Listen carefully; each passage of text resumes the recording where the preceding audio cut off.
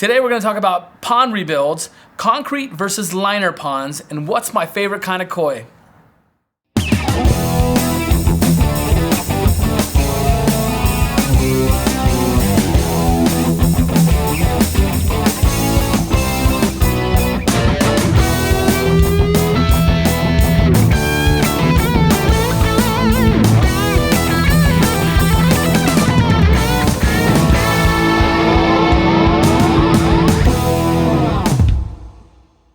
My first question comes from Nathan Brunk from practicalgardenponds.com, and he sent in a video question. So let's have it here.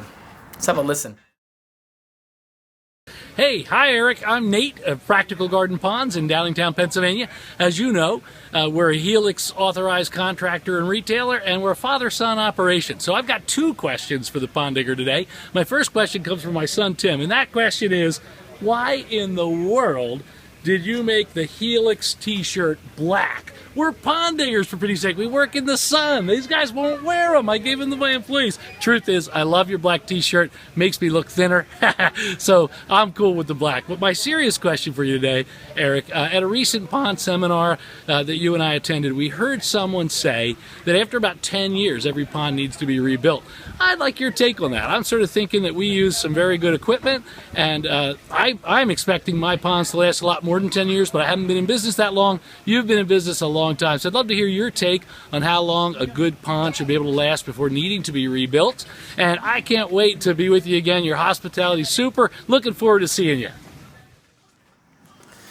Well, thanks, Nate. Those are some fun questions. First of all, let me answer Tim's question. The black Helix shirts, they're not really made to work in. You're supposed to wear them out and go to the shopping and push the brand around. That was really the thought behind it. But I have worked in it, and it is a hot shirt to work in the black, especially out here in the desert. But we are thinking about doing some other shirts. I might do a blue, maybe you want to work in that one. But once again, I didn't make them to work in, but feel free to do so, Tim. The question about the seminar, I do remember that question, every pond needs to be rebuilt after 10 years.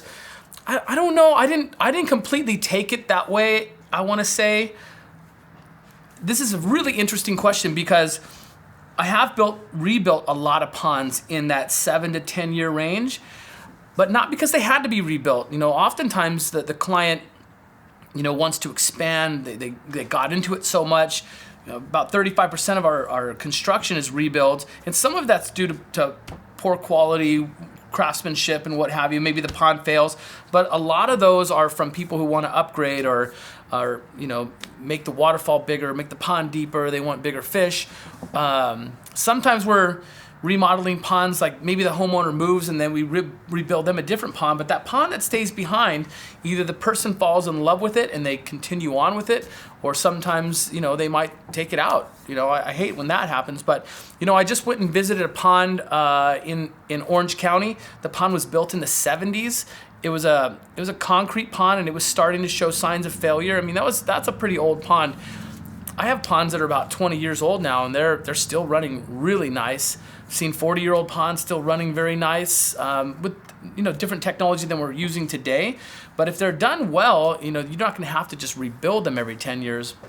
So, but I don't know if I took it that way. But I can see how it was, interpreted like that by some people. So I would like to think that the equipment that we're using is still going to be good for many, many years. So I hope that answers your question. I want to say, no, you don't have to rebuild them every 10 years. As I said, the one in my front yard is about, I think, 17 or 18 years old by now, and it's still running amazingly, and I love it. So I don't have any intention of taking that thing out anytime soon.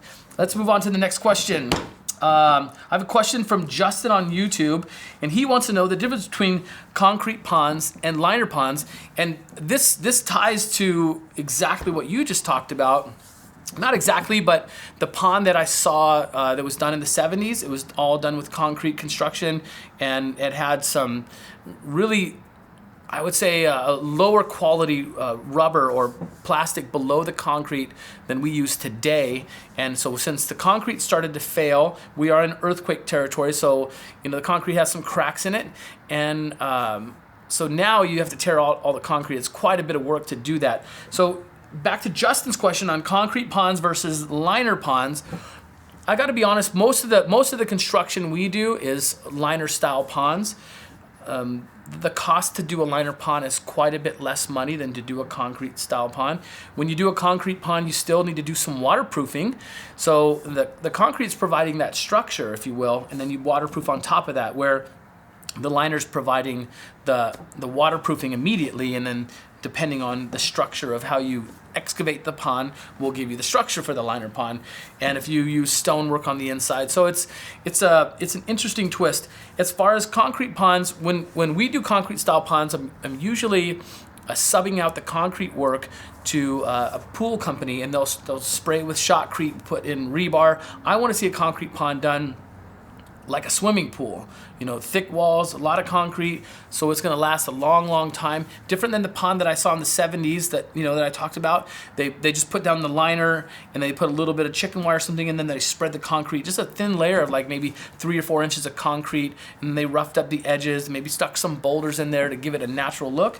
But I would prefer, if I was going to do a concrete pond today, would want it done in a shotcrete, and then I would waterproof it with a polyurea spray on style liner on top of that, and then you can have a pond that's going to last a long, long time. I mean, being in California, we have a lot of swimming pools, and they can withstand the the earth moving from earthquakes because they were engineered that way.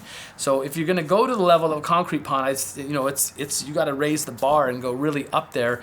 And the polyurea liner, the waterproofing that you put on the concrete, is quite expensive compared to a liner style pond. So we do them. It's just cost prohibitive for a lot of the people. On a simple, I don't want to say simple pond, but on a smaller pond, you're looking at probably an additional $10,000 just to do the shotcrete, on top of everything else. So if you were going to do a $25,000 or $30,000, koi pond, you got to add probably another $10,000 just as a base price to get into good concrete construction. That's just some food for thought at that. So it is a good question, and I hope that answered it. Okay. We're going to talk to Jess Mackey. He wants to know what my favorite koi variety is. This is a fun question for me, and I chose it because, as you know, if you've been watching our show, I've been a fish guy pretty much as long as I can remember. And I remember as I got into koi, it was a real life changer for me to see this huge, beautiful koi come up and swim at you. And so when you first get into koi, you're just like, oh, I like this one, and I like that one, and I like this one. And if you're really crazy pondaholic, you like all of them. And you start to pick colors, and then you start to learn their names. And when early on, when I got into koi, I liked the Showa, the tricolor, the black fish with the white and red. And I thought it was really interesting when I started to learn about koi that the black changes and their color changes, and so you can expect for a change of color over the years as you're raising them and developing them. And I thought that was really interesting to me. And as I matured and got more into koi, the Shiro Utsuri quickly became my favorite koi, and that is the answer to your question. What's my favorite koi is the Shiro Utsuri, because they have a really evolving color pattern. So you might get a white, ugly Tosai, a little 1-year-old, and 2-3 years later you see it developing, and then like maybe in the 4th year it gets ugly again, and you're thinking like, well, I don't really like this koi anymore. I want to trade it out for something more spectacular. But in that 5th year, they start to finish out, and the color comes back through. So it's really an amazing transformation, and it helps me give an understanding of patience, which I don't have a lot of, but it helps me to appreciate patience. So you really got to wait that through and see the koi as it matures. So that was a fun question for me. Thanks for asking, Jess. My question of the day for all you koi people and pond fans, I want to know what your favorite koi varieties. Go ahead and put it down in the comments down here, and you know how to get me to answer your questions. #AskThePondDigger on all the social media platforms, and I'll talk to you again real soon.